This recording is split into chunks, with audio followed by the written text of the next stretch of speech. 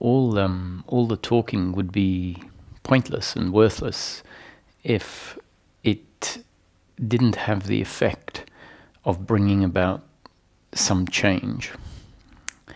And remember, the speaking, the information, the concepts, which is what all teachings are, set of concepts, is essentially new conditioning delivered by life, not by any one separate entity, but by an expression of life, and each person is an expression of life. So the teaching is a set of concepts essentially being thrown out by life, and it hits another part of life and becomes part of change. And how the concepts land and what change they bring about is not in our control.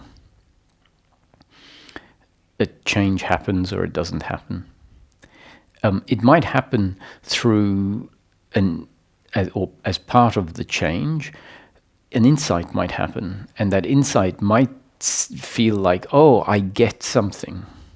And even that is a happening, because that getting something, that thought, that sees something clearly, is essentially the very complex processing of our intellect that has never been something that we've been in control of. So all the way down to our thinking, life is described in this teaching as a happening. And it's very important if we're going to start appreciating life as it unfolds, rather than seeing life and then having some imagination, some thought that says, oh, it shouldn't be like this, it should be different, and feeling in resistance to life.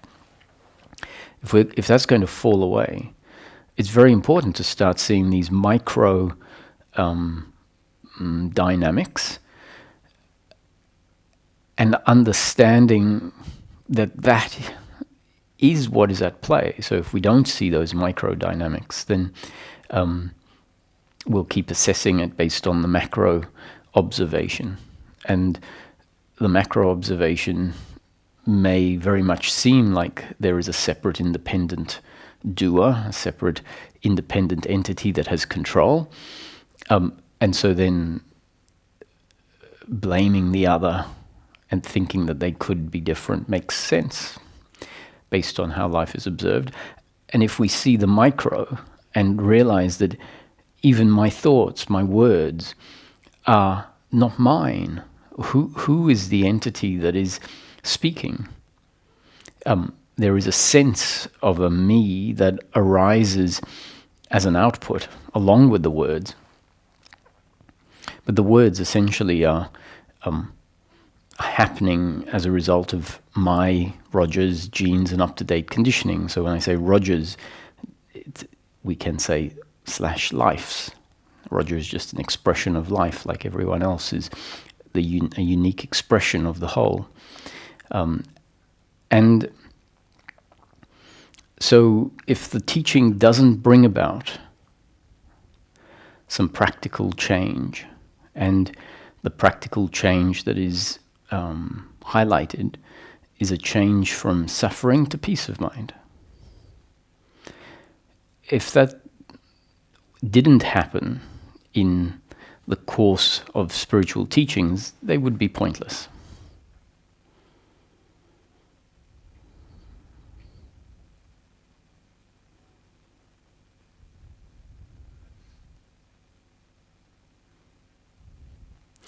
And so today's satsang is really going to emphasize and focus on arresting in being, putting aside the concepts because they are delivered often, and balancing that out with a talking about and a pointing, not even a pointing, but a suggesting of what movements might happen during the day in order for the conceptual information that has possibly become part of your up-to-date conditioning to be part of a movement, a shift in a particular moment, many times, not just one big sudden shift, but a movement of returning home regularly throughout the week. Now, regularly might mean in some hours it happens 10 times in an hour. And then there might be a day where it happens once in the whole day. Maybe a couple of days when we forget and get lost in thinking. And then after 2 days of having forgotten, we remember, let me reconnect. Let me stop. Let me drop out of a certain type of thinking.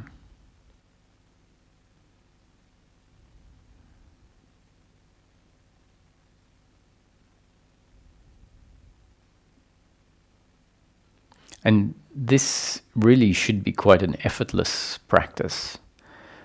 Not even a practice from a certain use of the word. It isn't a practice where there is a practicer that has to do this and do it well and use a lot of willpower. If that's the way it happens, I would suggest that forget about what I'm talking about, because that movement would be strengthening the very opposite of this movement I'm really talking about. So if the doer that says, I'm going to make this happen, I'm going to be the best at returning home, and I have to return home 10 times each hour. That's a sort of controller coming in. So what I'm suggesting is that I will describe what may happen from time to time automatically, because a thought just arises. And as the thought arises, another biological or thought movement can happen inspired by the thought. And so a thought could say, raise your right hand, and the thought arises, and then your right hand is raised. And it can be effortless. It's not where we are saying, I have to raise my hand 15 times a day, and therefore I have to think about raising my hand 15 times a day. It's if we start to see the benefit so this is the metaphor, in our hand moving up 15 times a day and seeing, that's a practicing of this movement that I haven't practiced for my whole life. And if we start seeing that, that increases my range of motion, let's say, and every time we remember practice, our hand moves up. It's effortless. And when we don't remember, our hand doesn't move up. And then the thought is, lift your hand up. And so the hand goes up. And again. One more time. And then if it doesn't happen for 3 hours, that's fine. Or 3 days, or maybe a month. And then you remember, I haven't lifted my hand up. And again.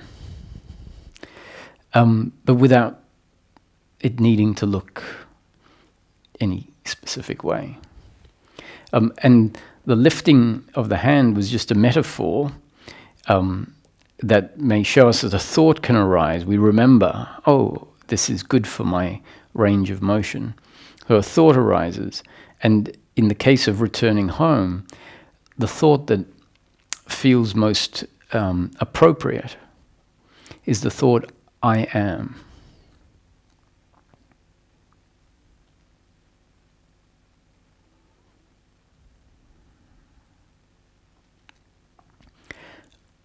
Now, for some people, the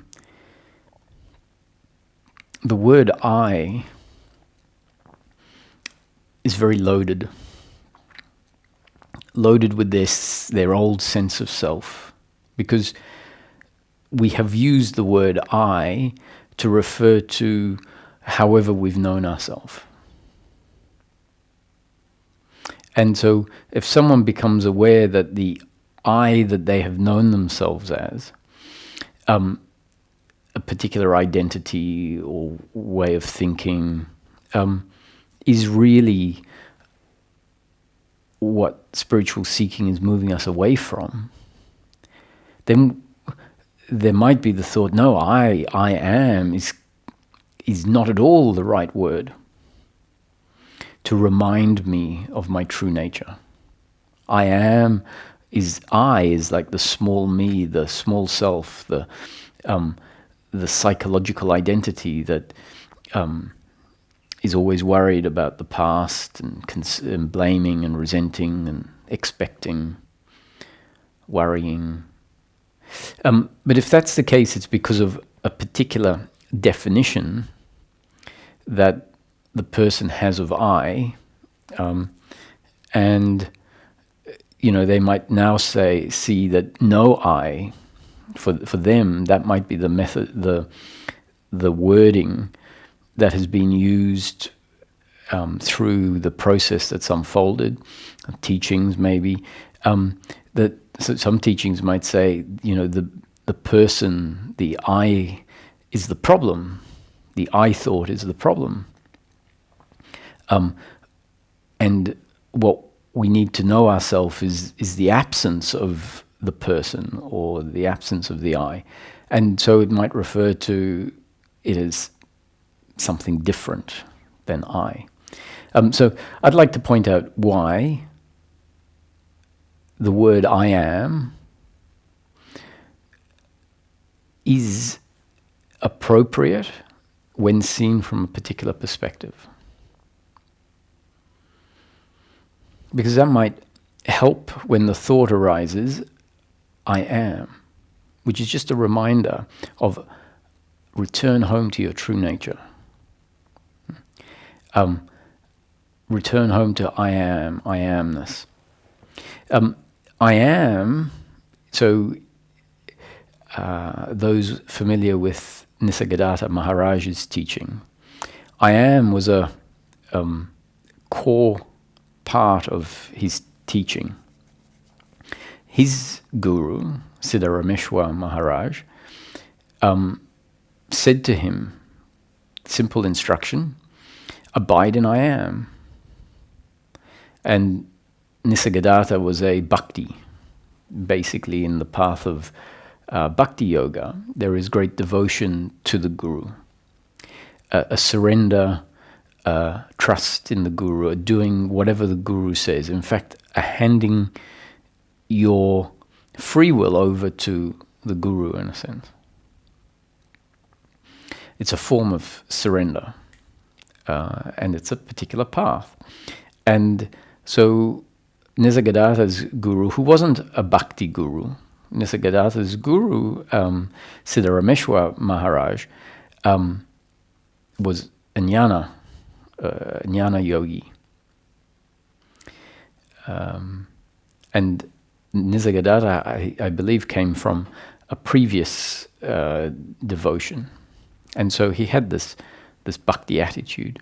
And his guru said, it's very simple, just abide in I am.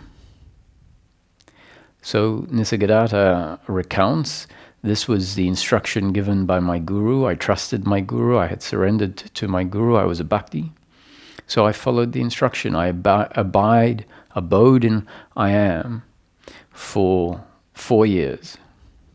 Now that doesn't mean that he dropped into some samadhi state and stayed there for 4 years and then self-realization happened. So that's what he said. He said, I would abide in I am, and after 4 years, self-realization happened. Now, my interpretation of what it meant was that throughout the course of his day, while seeking, he was a seeker, so he would be contemplating, he would be chanting, he would be doing all sorts of things, and at the same time he was also a cigarette wala. So he would roll cigarettes and sell cigarettes to people and make a little profit. And so he had a little hole in the wall in Mumbai, which was his shop. And so he was a householder and at the same time a seeker. And my interpretation of what he meant by I would abide in I am, and after 4 years the self was realized, is whenever the thought arose to return to his true nature, to the formless self prior to thinking, prior to knowing yourself as this or that, judging the world as right or wrong. Just dropping into the place from which life can be seen as a whole, and where that which is seeing the whole is really not separate from the whole, knows itself to be one with the whole. Now, it isn't so much about being one with. That's not the self-realization or the liberation. The dropping into that place is a place where the perception of life is a perception that knows that perceiving life from a place of attachment to outcome, perceiving life from a place of expecting someone to function the way that you would like them to function, is based on a very specific type of conditioning that life has more or less put in place across the board, and that it is attitude towards life that creates a psychological separation rather than a psychological harmony and a psychological flow. And what I mean by psychological harmony and a psychological flow is that at the very bottom of any thinking, we can always return back and understand, and this is how it is. And it makes sense that it's like this. And to the extent that we drop down to the bottom of our thinking, and the bottom of our thinking is, it shouldn't be like this, you shouldn't be like that, I can't understand why this is happening. If that is the attitude at the depth of our thinking, then it means that at the depth of our thinking that is available, there is just a lack of harmony, a lack of flow, a lack of being one with, which really means not being psychologically in opposition with what's happening. And technically, when I say at the depth of our thinking, it's maybe not completely right for me to say that, because actually when we drop past the thinking that is in opposition, what happens is we drop into a depth of the mind that knows that there is nothing to think, that there is just witnessing that doesn't require us to think about life in order for it to be known. And so dropping down into the depth of this place of being in harmony with life is actually dropping into a stillness, a silence, a mental silence, a psychological silence. A psychological silence means that the psychological me that is believed to be an accurate assessment or an accurate assessor of life, the psychological me has fallen away, has dissolved, has been seen to be a sense of self that misinterprets life, that assesses life based on certain conclusions about how things work and how things could be and should be, assesses life based on a sense of everyone being separate from life, being in control, needing outcomes to be perfect, needing life to transform from what it is now into some sort of ideal heaven like situation that is heaven on a circumstantial basis. So that's part of the psychological me, is mistakenly holding the belief that that's when we will be okay, that's when life will feel contenting. when circumstance sometime in the future becomes perfect.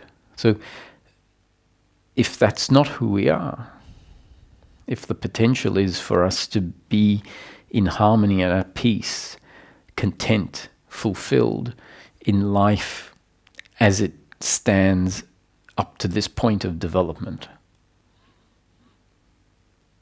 as it stands with its imperfections. And what I mean by imperfections is that as time goes on, things that don't quite work will probably get better, will get fixed.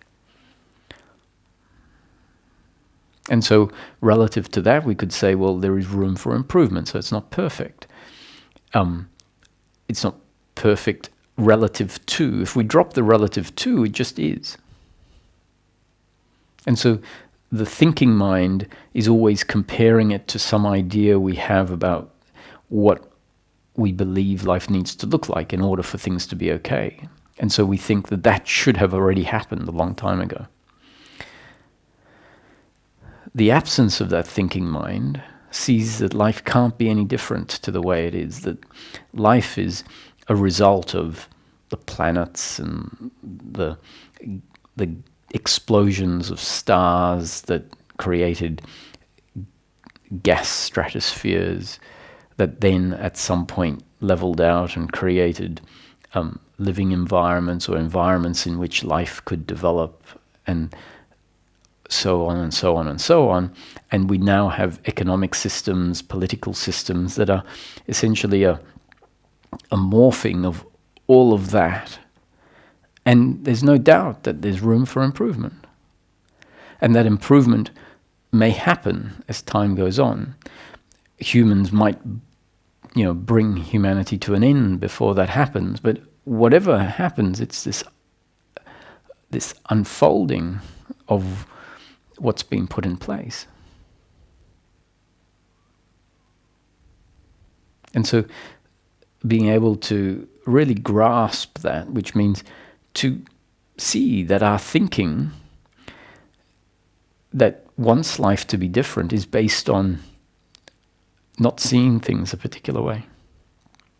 And if we come to see them this other way, then we can quieten down the narratives that we had that used to pipe up because a circumstance sort of dragged a response out of us, a certain response. That response can stop happening because we've reprocessed life gradually, maybe. And we find that the response is different. More silence, more, yes, it's not perfect, but it is.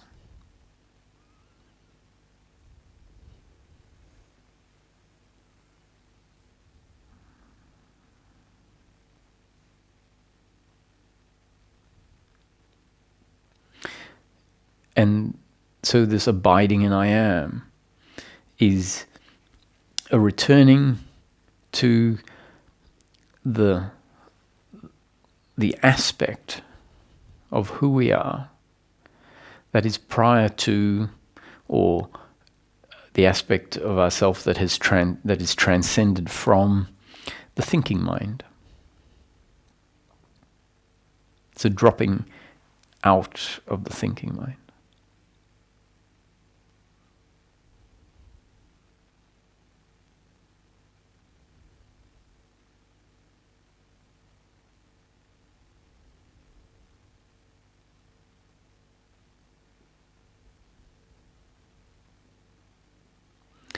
And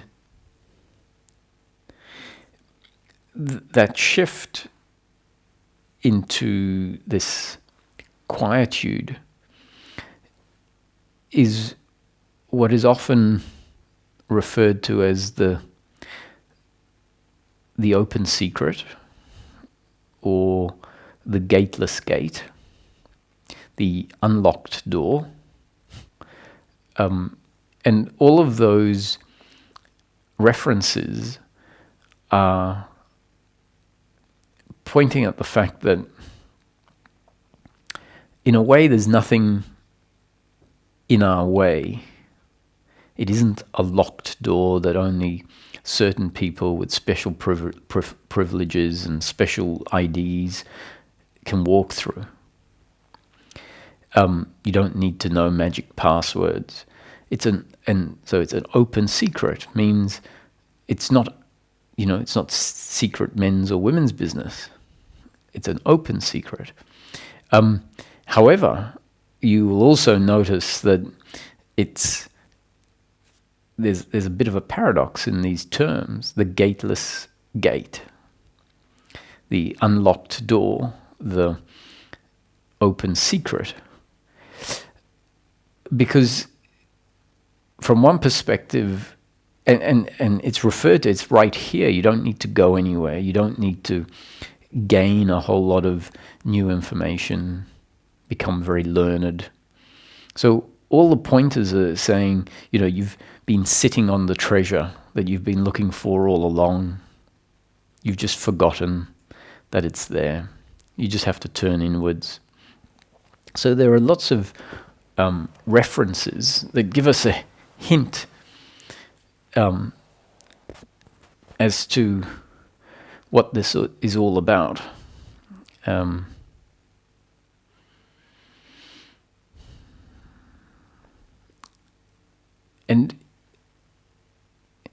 it's a bit like a door that you're pushing. And you're pushing really hard, and it just doesn't budge. And someone says, look, the door's not locked. It's not heavy. It's not jammed closed. Just open it. And you're doing your best. You're putting in a lot of effort. You're pushing and you're pushing and you're pushing, and it just doesn't move. And it doesn't feel like there's any chance of it moving. And yet, the reminder is, it's not locked. It opens so easily. Just open it. And on the pushing goes on and on. And one day it might just occur, like a flash of insight. What if I need to pull the door? And because all the doors in your life have been push doors, when someone says just open the door, the assumption might be, I have to, doors open by pushing them.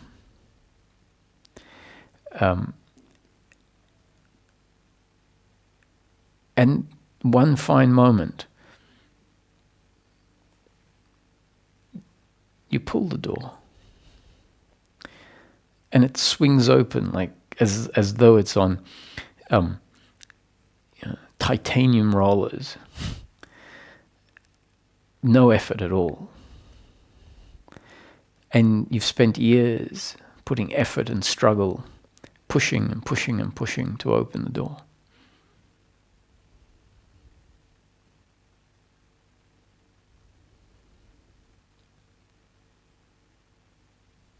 And in hindsight, you look at it and you go, wow, this was the gateless gate, the unlocked door. Meaning, the gateless gate, it's not really a gate if it's unlocked and anyone can open it. It's sort of like, it's a token gate, so it's not really a gate. And so we see how easy it is once it becomes easy. And we realize that all that effort was, in a way, for nothing. And it's not entirely true, because, you're pushing and you're pushing and you're making effort and effort and effort. And all of that is part of what leads to one day the insight that has configured the situation and you in such a way that the insight can happen. It says, pull the door. And so for us, on the one hand, we could say, well, I could have pulled the door 10 years earlier. And it's sort of like yes and no. it was always open, but the pushing was never going to open it, and you didn't pull it until you pulled it.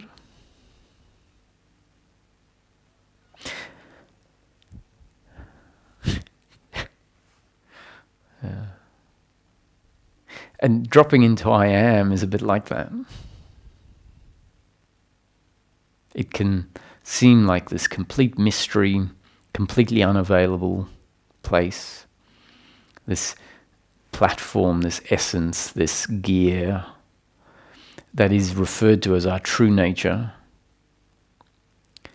And frustrating as it becomes, it's like someone saying, just open the door, it's not locked, it's so easy, I can't understand what the problem is. That can become very frustrating, I guess. And so hearing that this is available, it's your true nature, if we just haven't found the movement, it's as if the door is locked with 1,000 padlocks, of which we have none of the keys.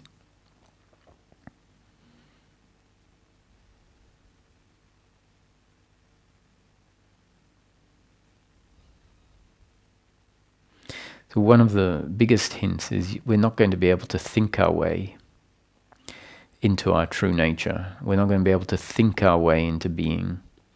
We're not going to be able to think our way into knowing ourselves as awareness. Knowing the awareness aspect of the human being is another way of saying it, because I don't want to pretend that we are awareness. I would say we are a human being that is aware, is conscious, and therefore there is an aspect of the human being that is formless, is consciousness. And it's that aspect of the human being. I like this notion of it's the quantum aspect. The quantum aspect is the aspect that is on a different level to form and time and space.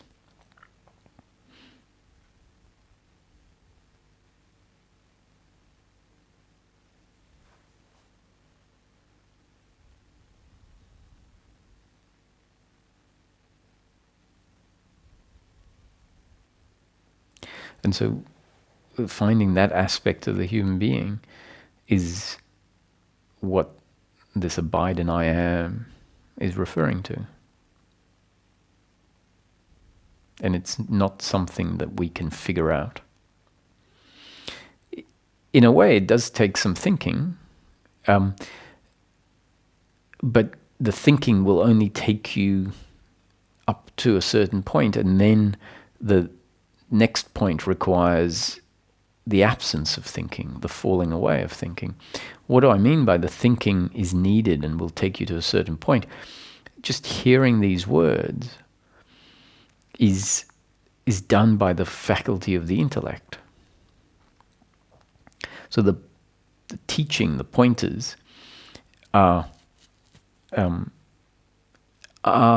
talking to the intellect and equipping the intellect. Hopefully, at some point, the intellect concludes, oh, I have to stop. Now, that part of the intellect, the working mind, is capable of figuring it out, because what is being said to the intellect is you can't think your way into this.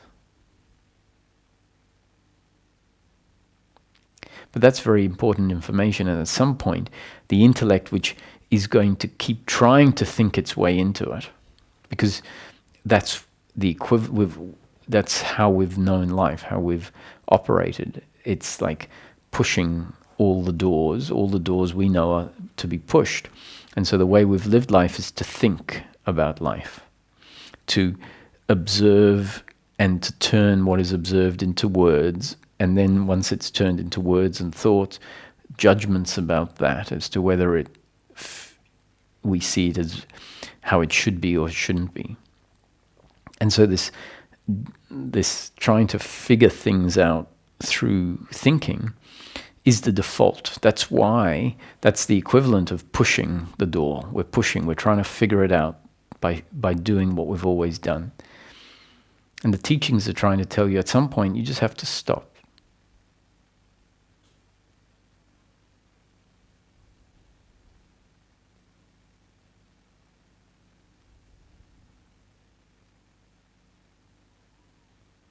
That your essence is, it very much exists, but it exists on the plane prior to thinking.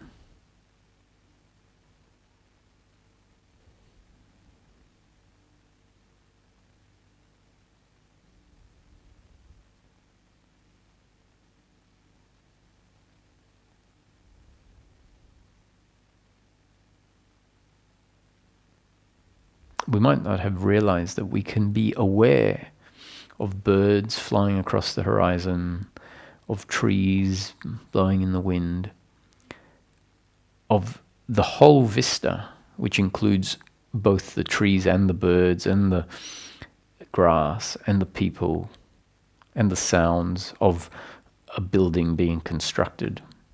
So it doesn't just have to be nice nature, it's everything. An aeroplane, chemtrails, maybe it's just steam coming out of the back of a plane. All of it can be known without us needing to think about it. To just be aware of it in its innocence, in a way. If we are aware of it without labeling this is good or bad, maybe without even labeling it as an aeroplane or a tree.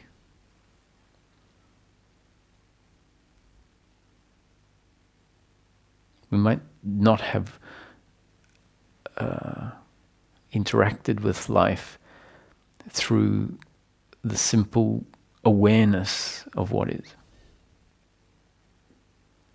And in doing that, I would encourage an opening of the gaze such that there is no focus on any one thing in particular. Practice. If you're watching a television screen on the wall, open your gaze up so that you are aware of the wall around the TV screen. Watch some films where you are not drawn into the film. You might not have as impressive a film experience, because filmmakers design the films to draw you in, especially like a horror movie, draw you in, and then they scare you with something. And if you watch the television screen that's on the wall with an appreciation of the wall around it, and realize, that all of that can fit into the field of awareness.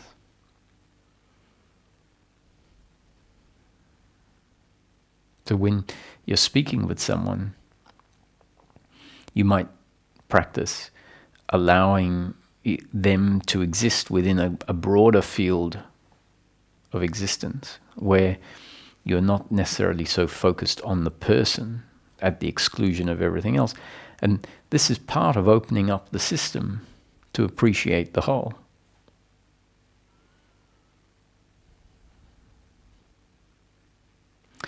And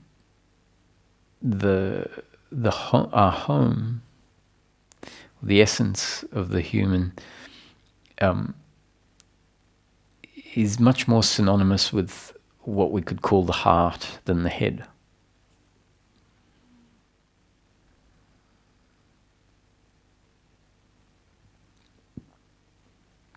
So maybe there's the potential to be aware of life as it presents in each moment from the heart rather than the head. Now, what I mean by that is almost a quasi-physical sense. And we're not really talking about the physical heart, but more a location in the body And maybe it's not even a location in the body. Maybe we're talking about a location in the subtle body as opposed to the physical body. Nonetheless, there's a correlation between the different layers of the human being.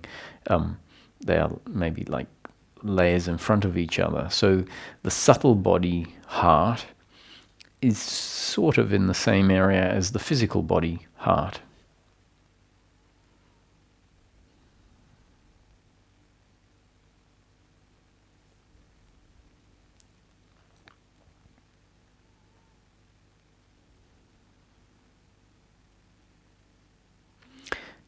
And it's very possible. It's very natural to be aware of life from the heart. There's no reference here to being in love with life or feeling love for life as a feeling.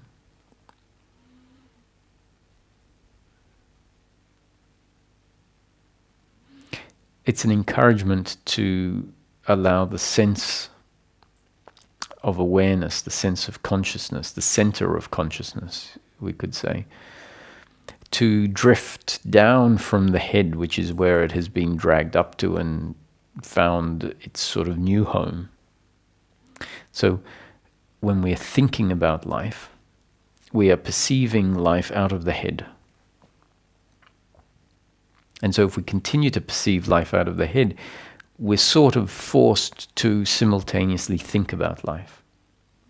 Because that's what happens when life is seen out of the head. This is further compounded by the fact that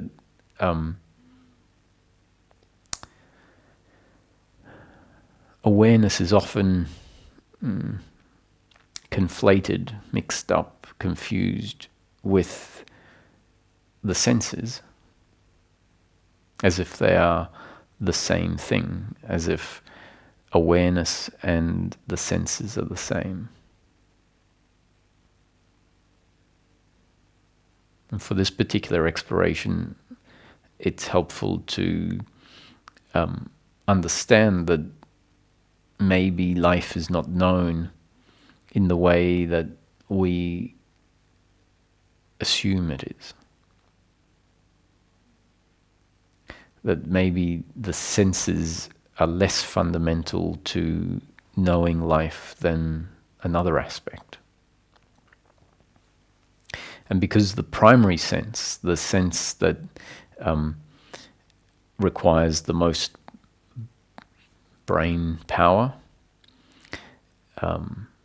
is vision,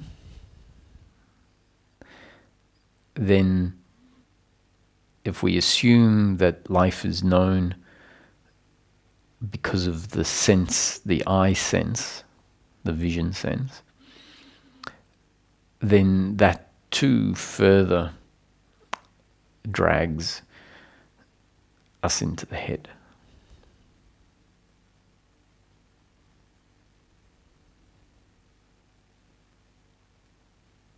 Now at night in dreams, there is awareness of visuals that are the visual components of the dream, and that happens without eyes.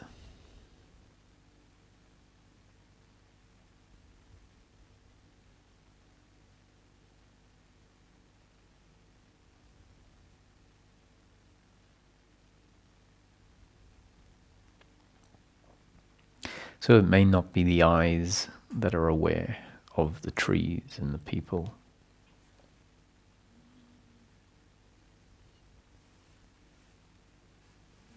But without awareness as an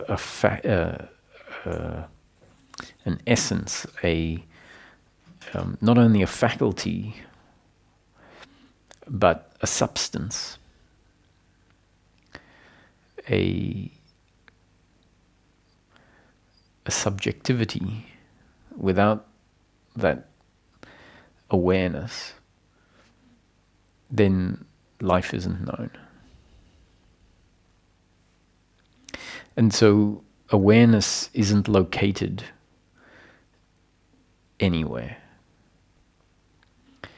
It's not located where the senses are. If we want to locate it somewhere, I suggest let's start feeling it somewhat linked to the heart or to the chest, but not the physical, maybe even behind the chest, from behind the chest. That the seeing is happening from nowhere in particular, but maybe drifting down towards the chest, the back of the chest, behind.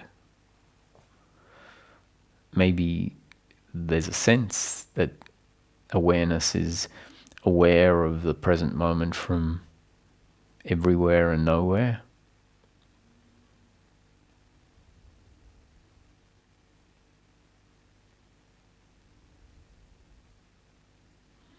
Maybe a sense that the body is actually an object rather than the subject. That the body is contained within the overall experience, the overall experience of life that is being registered by this awareness that I'm speaking of.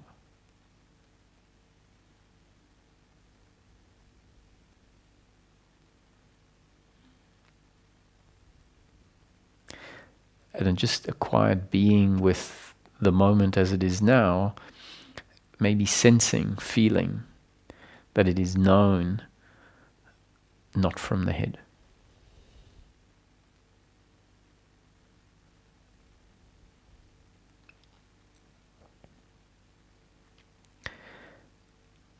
And if the thinking is particularly intense, which is dragging us up into the head and meaning that there's no frame of reference, what I'm describing can be palpably felt when the thinking isn't that active. And when the thinking is active, it has this effect of making what I'm describing seem very foreign. So if that's the case, I can suggest that what we call closing eyes could help, could be useful in this exploration.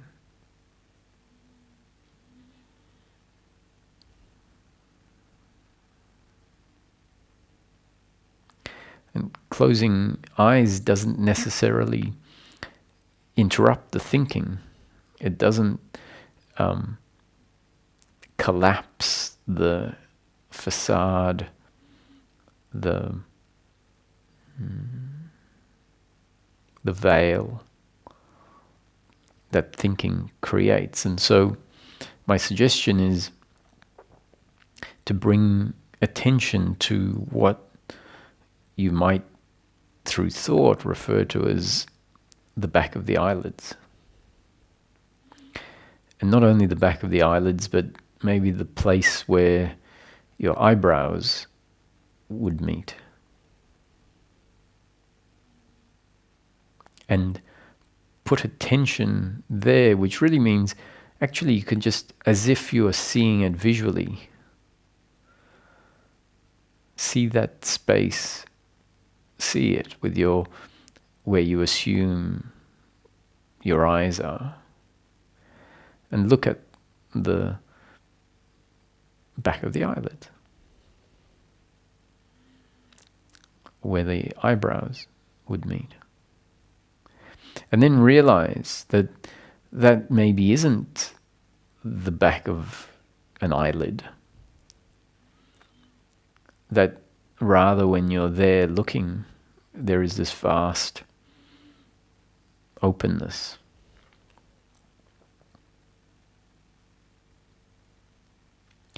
Remember, at any time you can encourage the center of awareness to drop down into what now is very much maybe not got anything to do with the physical heart, but maybe it's got more to do with the subtle heart, the energetic heart. Maybe the center of consciousness in drifting down to the heart is really just drifted down into this vast open spaciousness. And what might become apparent is the center of consciousness is not separate from or different to this vast spaciousness, that there is awareness of the spaciousness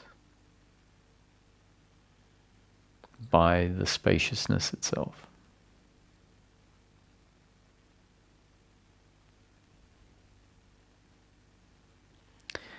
And there's no need to try and imagine the spaciousness, to think about the spaciousness. We can't think the quantum level into existence. We can drop into it, which means drop out of thinking and drop into what is sometimes referred to as presence. So once again, if we've got lost in thinking, just bring attention to the back of the eyelids. Allow the center of consciousness to drift down into the heart. Look at what is there right here, right now. And see that it isn't the back of the eyelids, it's this vast open space that is timeless, that has no objects in it, no edges, no dimensions.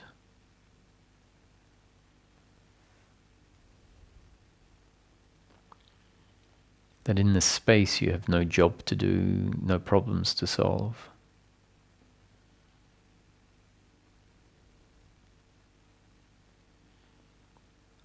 That you might find yourself just drifting deeper and dissolving deeper into a world of no form.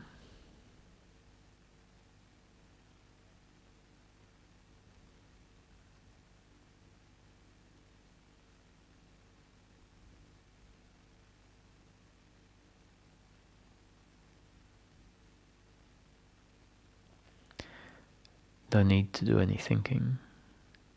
Just dragged down into the depth of silence and stillness.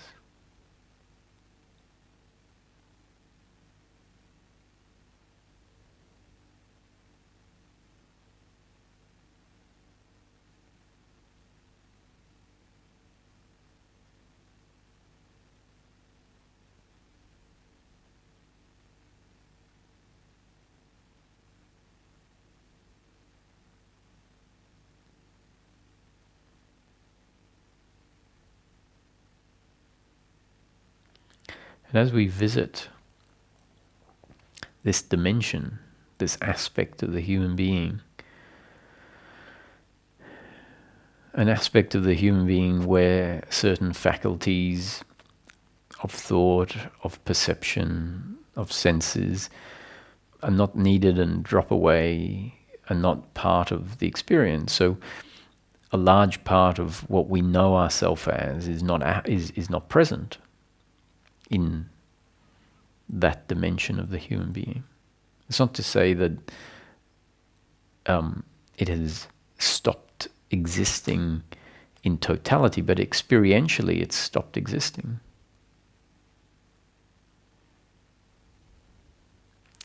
And our problems, circumstantial problems, cease to exist, maybe just momentarily, when there is a rolling back into the depth of who we are.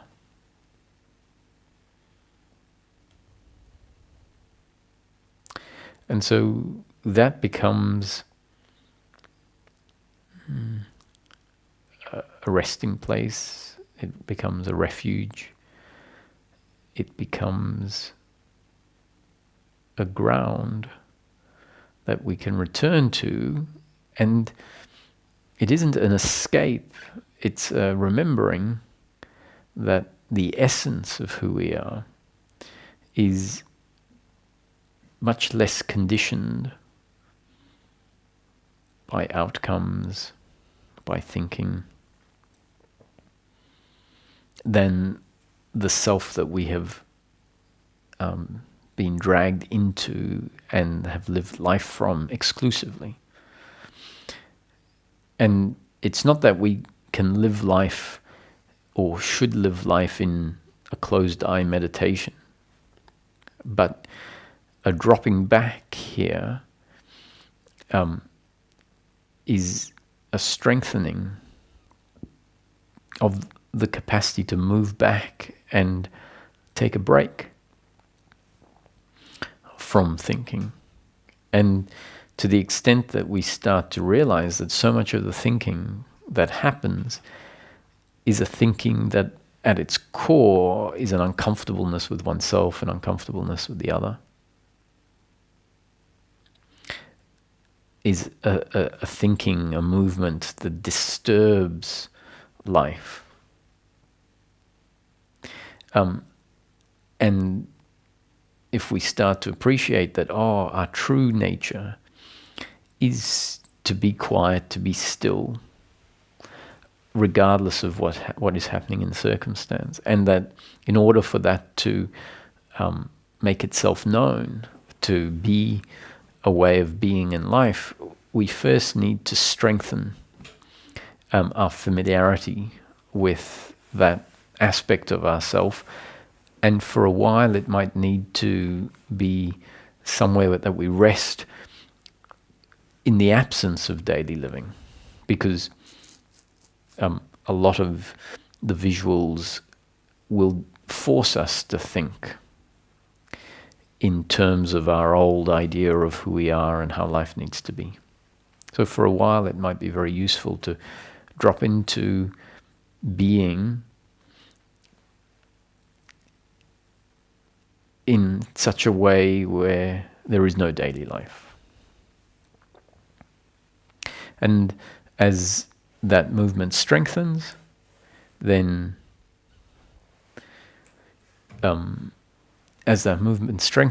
what we will find is that there's a capacity to come out into daily life, to take part, to speak with people, to be aware of the visuals, and to not get dragged out of connection to that deeper part of ourselves.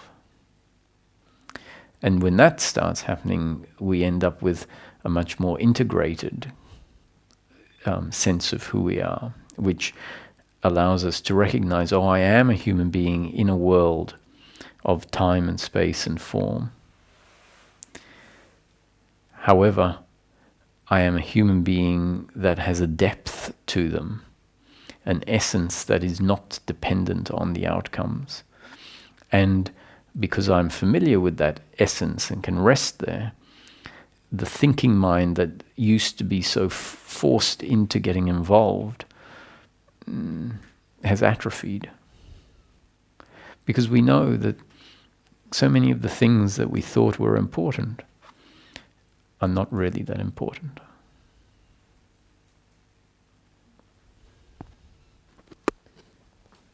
The volume seems to be spiking up quite high. So now you have to check number 3. I think the volume is too high. It should be on number 5.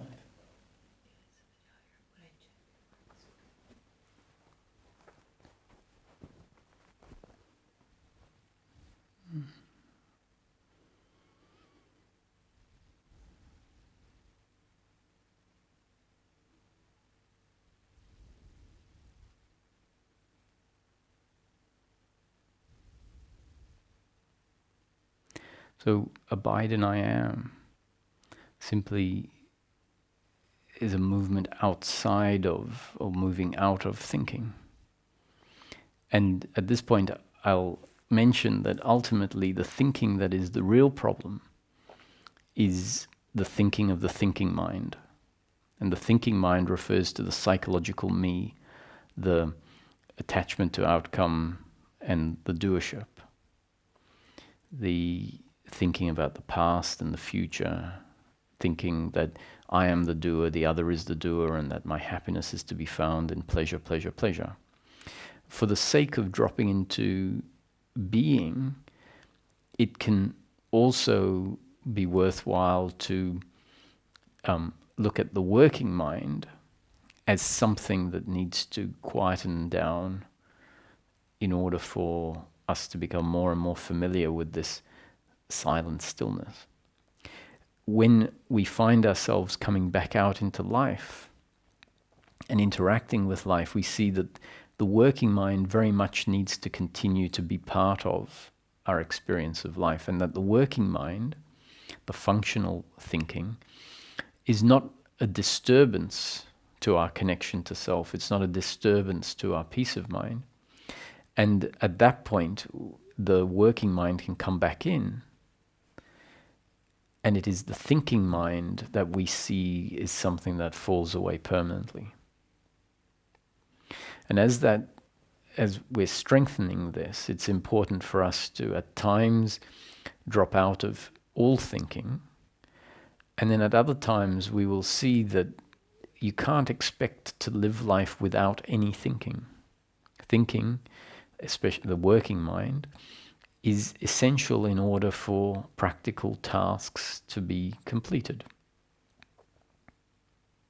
And so that's when we'll start to see the difference between the working mind, which is the functional thinking, that does mathematics, that communicates, that understands how to solve certain problems, versus the thinking mind, the psychological me, that is filled with narratives and commentaries of guilt and blame and pride, worry and expectation, attachment to outcomes. And in that there is a lot of judgment of the other, that they should be different, that life should be different. And that thinking mind feels very uncomfortable. The working mind doesn't feel uncomfortable, but the working mind for a while might prevent us from dropping into that gateless gate.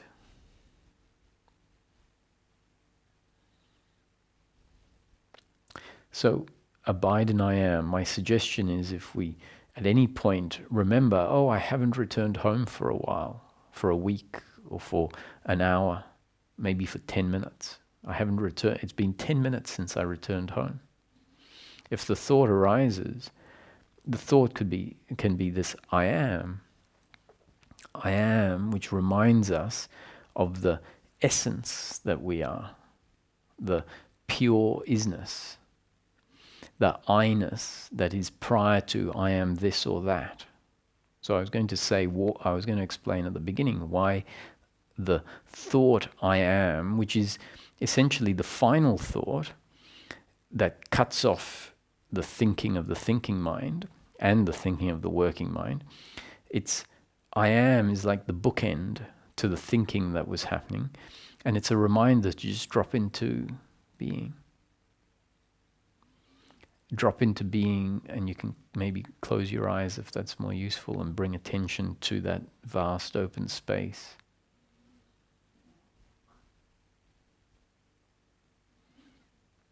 And in the presence, like being aware of that vast open space, you might realize there is no body. There is no person as a physical body. There is no time and space. No objects of the external world.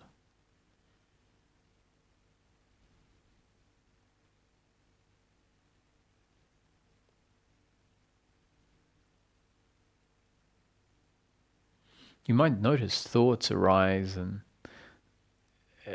there's the potential to see them as a thought arising in this vast spaciousness. You might sense that, there's a sort of half and half sitting in meditation, and at the same time still there's a residual self-image of myself as a body sitting in meditation. And that residual self-image has a very powerful effect on the meditation experience.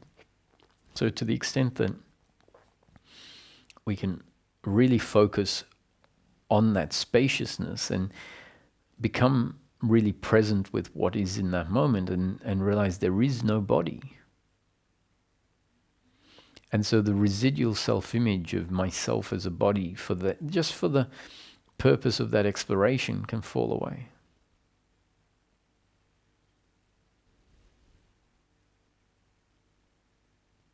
We may not notice until we notice how this residual self-image, which is a deeply ingrained remaining idea of how I am, because of how we've been experiencing ourselves our whole life, can interfere with our meditation. And in some moment we just realize, oh, I'm carrying in a self-image. And the way that gets dropped is if attention really becomes present with what is and realizes that the sense of the body, especially the visuals and the sense of touch, if we're sitting still, has largely fallen away.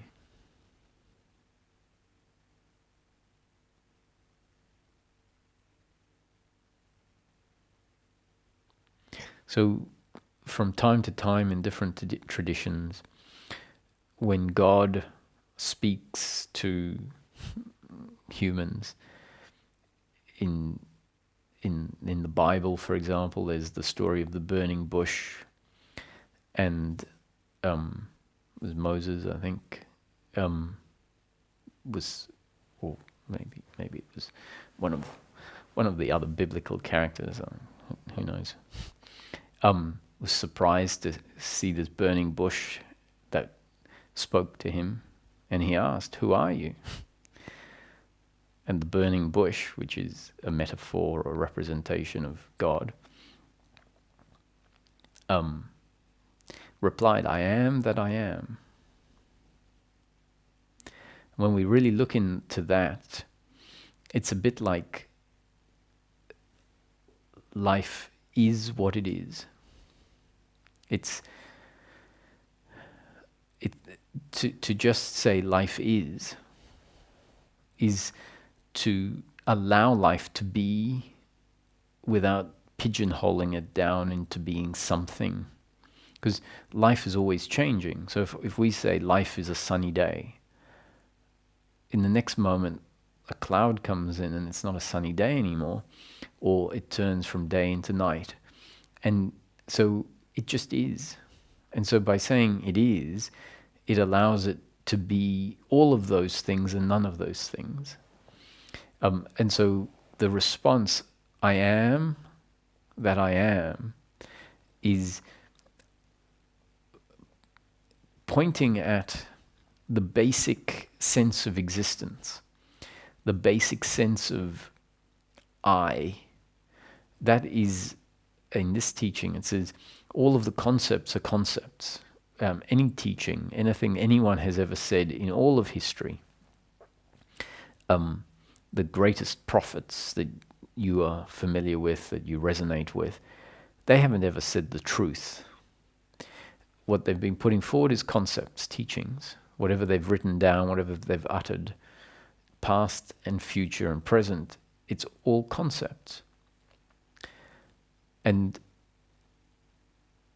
the only truth, and I use the word truth loosely, the only truth in the manifestation, in life, manifestation refers to waking life, is the impersonal sense of I am. And that I am is prior to I am this and that, prior to I am male, I am this age, I am good at that, bad at that, successful, not successful, worthy, unworthy. It's pointing to a much more primal, much more fundamental essence. So much more of the I, we can know ourselves when all of the thinking falls away. And the why is I, like if we only know I as the idea I, the thought I, then we might think it's missing the mark. But when we just drop into being and just rest prior to thinking, there is this one of the things that's often pointed at is the undeniable sense of existence, the undeniable sense that I am, not I as a person or as this or that, but something is. That is the undeniable in the manifestation. I is. I am. Now, to avoid this I confusion, because at some point it can be a confusion until it starts to become experientially known that, it is I. I is perfect. We say I is not perfect when we're still sifting through the difference between thinking and being lost in thinking as opposed to being. And once the being is there, we go, this being is I. And so if, Ramana in Tamil, in the Tamil language, doesn't actually have a word for I, from what I understand. Or if there is a word for I, it's different from the connotation in English. But nonetheless, to create a distinction between the idea of me as a person and a doer attached to outcomes, the personal I that people have become identified with, the self with a small s. In order to differentiate between that and the true self, or self with a capital S, Ramana introduced the word self instead of I. Or maybe in Tamil it's the word self, and there is no word I.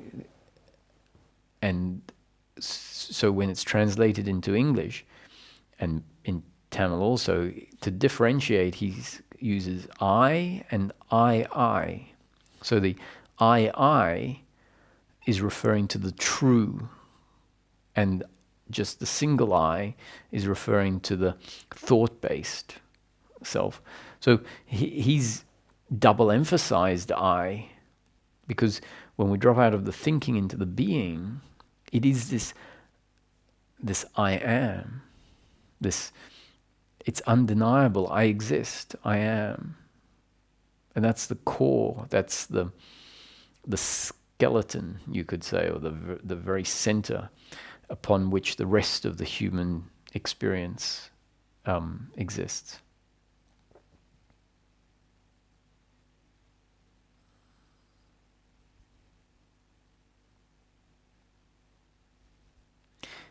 Ahamsfirana. Ahamsfirana is a terminology that Ramana introduced somewhere. It's a very small thing. It's the bursting forth of I am. So aham is I am. Sfarana means the bursting forth.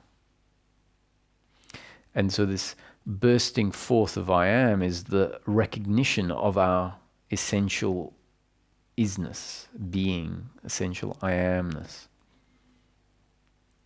And it's called the bursting forth because we are unaware of it until we become aware of it. Often because of this meditation practice, this returning home and just resting in being. And at some point, the very undeniable sense of existence is recognized. And another way of saying it is the I am has burst forth, has burst onto center stage. And from that point on, now there is awareness of I am. Ahamsfirana. And in his commentary, he, if I'm not mistaken and recall correctly from what I had read, it's made very clear even that is not enlightenment. that too falls away.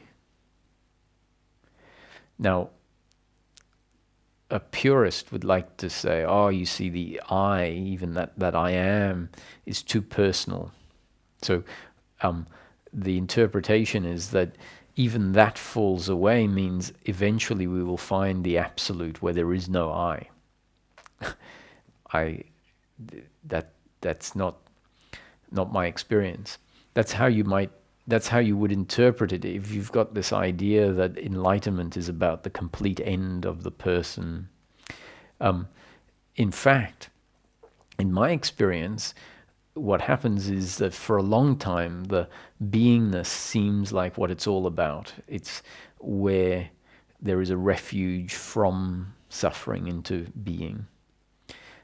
As we ground more and more in that, and the old suffering habit, the various thinking, as the vasanas and the samskaras get worked out of the system, then essentially the uncomfortable suffering that we need to find refuge from, that we need to drop out of, isn't arising anymore. And at that point, the sense of impersonal I becomes far less necessary. And in fact, it may be that impersonal sense of I am, that very strong sense of being something that is not a certain age and a certain gender, at some point maybe that needs to be integrated into living and feeling like the physical human being, and at the same time recognizing in an integrated way, rather than in a way where the I is center stage, and living as a human being. And so this pronounced sense of I am and beingness can fade away. And we come back to being human, knowing ourselves as human, with much less emphasis on this formless being. So that is my interpretation of what Ramana means, where Ahamsfirana, even that falls away. It falls back into the background, and it's really pointing out that that is part of the transition, part of the process. It's a phase, and it's a very important phase. It's the ground on which we need to, build our home again. That allows us to break the habit of suffering, to pull the plug on the movement of suffering that is building and building upon itself. And that plug gets pulled by us dropping back time and time again into this place of being.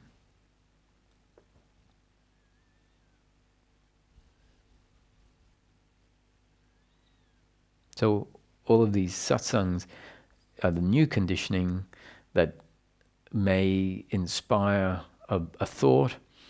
Tomorrow, when you find awareness landing on the thinking mind, and there is a realization, this is lost in suffering. It's not my true nature. And the thought I am might arise, that just allows you to become present with the present moment. Just like when you close your eyes, you can become present with that vast spaciousness. At some point, we can start becoming present with the visual image and drop out of what happened a year ago or 10 years ago that we're embarrassed about, or that we're resentful about, or that we feel shameful about, and come back to here and just be here and realize that the story and the person that is central to that story, which is really this psychological me, collapses. And we go from feeling uncomfortable to feeling free. The likelihood is we'll get dragged right back into that thinking mind until this movement becomes stronger and that thinking mind gets weaker and weaker and weaker.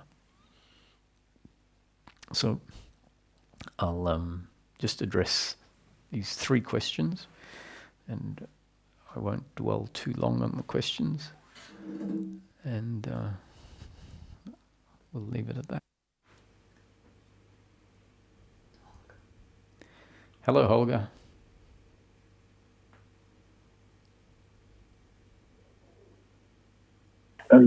I wanted to apologize. Some days ago, some weeks ago, I messed up one of your satsang recordings. Oh, really? I was in the, somehow I didn't turn off my camera, so I was in your picture next to you. And this was such an amazing experience because I was so embarrassed. It was interesting because something in me really died, and it relates to what you shared today. And this self-image, like a way of putting myself down and judging things that are really only existed in my thinking. And this was just so beautiful. This was really like, I cannot describe it, but it was just thank you. Really good. Great. Well, no need to apologize, but apology accepted. But wonderful, wonderful. So I'm glad that today's satsang was good. All your satsangs are amazing. I mean, and I'm really grateful for them, and it does something. And more I don't have to say, just big hug and don't give up. Thank you. Thank you, Holger.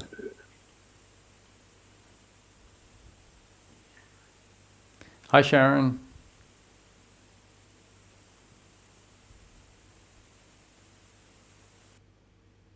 Hi, Roger. Saturday I listened to you, and I found that I had this peace, and absolutely no thought would stick. Like it was almost, I'm in the background as a person, and awareness is in the forefront. Mm-hmm. And it was just like, wow, I really, like, I was loving it, It was kind of like, maybe that's like I don't even understand what, how many times I might have had this experience, but this lasted the whole day. There was something in the teaching that that the self or the being had heard and just woke up, And then the next day, I fell into, I have a diagnosis of fibromyalgia, and then it reversed itself, and I was in pain now this morning I'm fine, but I was in pain for a couple of days. Mm-hmm. Can you explain that? What happens, like when you have such peace for a whole day, and then you just go right back into, because physical pain wouldn't be pain if there wasn't a thinking mind talking. Even if I'm not conscious of it. Well, I'm not exactly sure about that. I would distinguish, you can have your finger in a vice and someone squeezing the vice. And the notion that if I don't think about it, it's not pain. Or if I don't label it as pain, it's not pain. That set of pointers, that teaching, when a teaching says that, is really trying to show us that if we don't judge something, then there's a whole layer missing, right? A whole layer falls away. If you don't label it as pain, we can't then judge it as right or wrong. And to help us with that, the teaching sort of almost, not this teaching, but other teachings, and I'm not saying that they're wrong, it's a valid methodology, will even say that there is no such thing as pain unless you call it pain. In this teaching, we differentiate between the judgment about pain, the resisting of the pain, the psychological, this shouldn't be, as one layer, that's the attitude. The other layer is the biological layer. And so if your finger is in a vice and someone is tightening it, you don't need to label it as pain for there to be the physical sensation of pain. The physical sensation of pain is not a psychological movement, it's a biological movement. So pain in and of itself isn't going to magically go away because there's peace of mind. Peace of mind is the attitudinal harmony with the pain, understanding that pain is just part and parcel of life.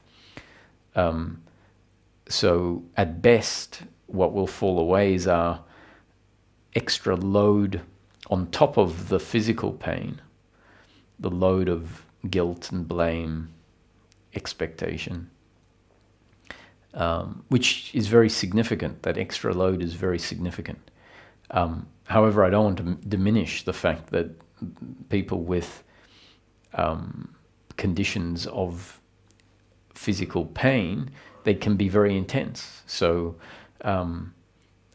this teaching doesn't say that peace of mind means there won't be any physical pain.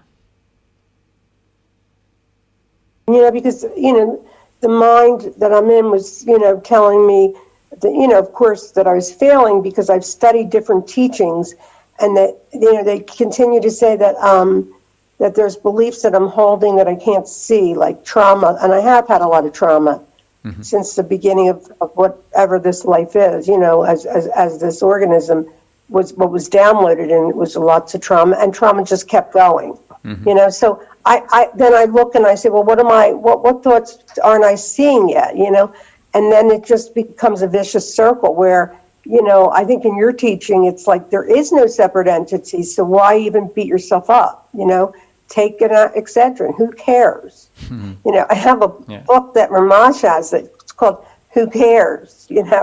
Because, the bottom line is that we're not people. And, one of the things I think I just want to address with you is, there's a lot of people that I, and believe me, they're all in my consciousness. I understand that, but they study the Course in Miracles and they're fighting with each other who's voting for who for president in the U.S. And I've gotten to a point where I realize whoever's voting for somebody, it doesn't really matter because we're not separate. So, to make it like,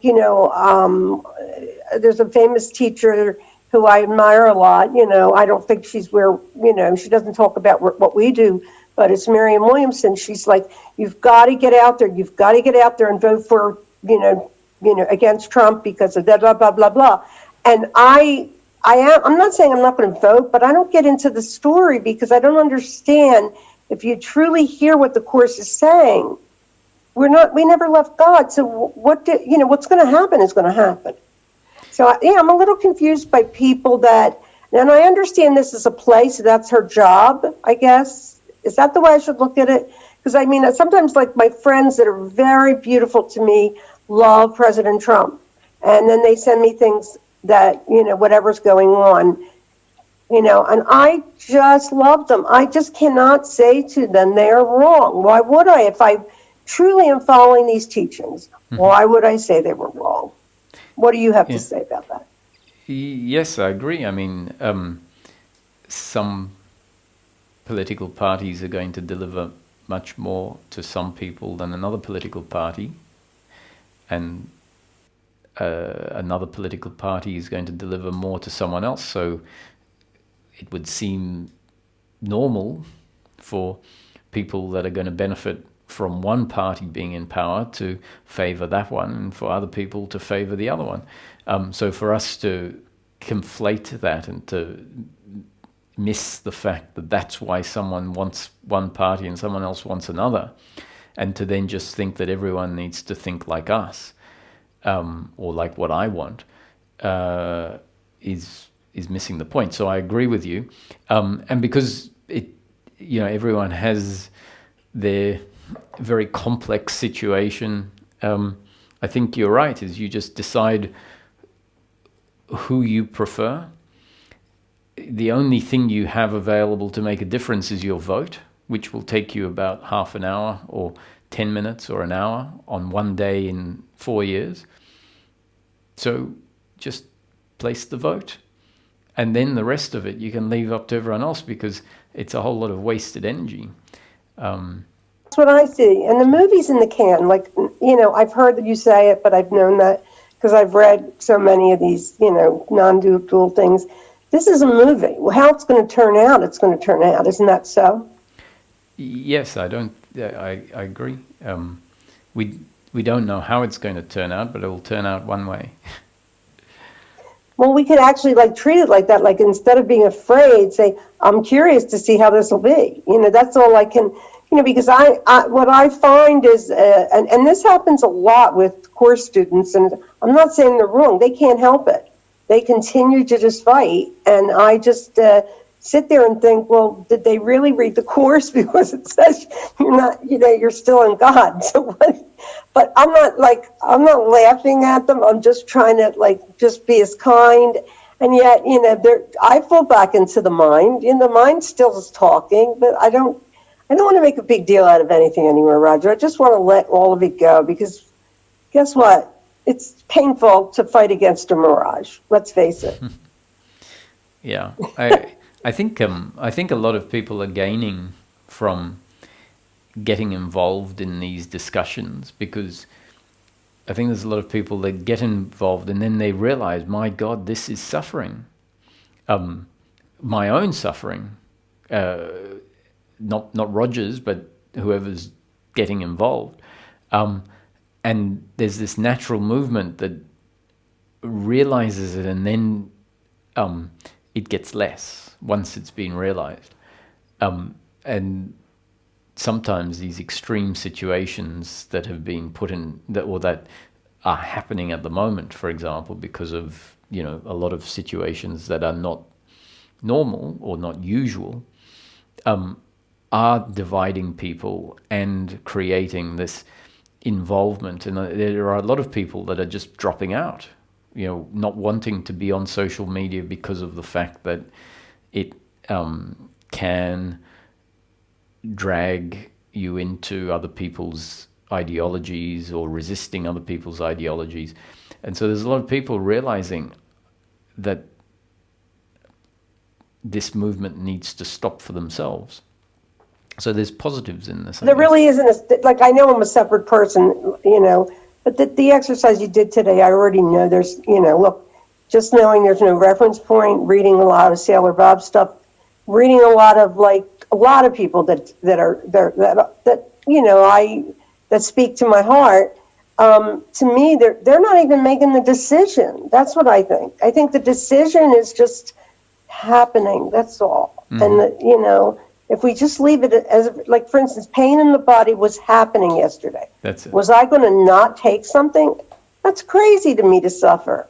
Why would I suffer in a dream? Mm-hmm. You know what I'm saying? Could I transcend that suffering?